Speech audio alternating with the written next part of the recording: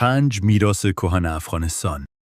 قصر پغمان کابل در دهه 1920 میلادی به دستور شاه امان الله خان ساخته شد و حدود 100 سال قدمت دارد. قلعه اختیارالدین هرات بیش از 2300 سال قدمت دارد و بنای اولیه آن به زمان اسکندر مقدونی 330 پیش از میلاد برمیگردد. برخی منابع از 3000 تا 3500 سال قدمت سکونت در محل هرات یاد می‌کنند. تخت رستم سمنگان یک بنای باستانی سنگی است که بر اساس برخی دیدگاه‌ها تا 3500 سال قدمت دارد.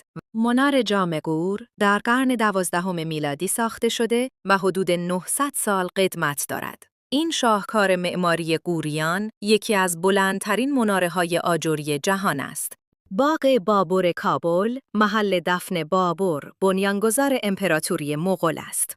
این باغ در اوایل قرن 16 میلادی، حدود 500 سال پیش، ساخته شد.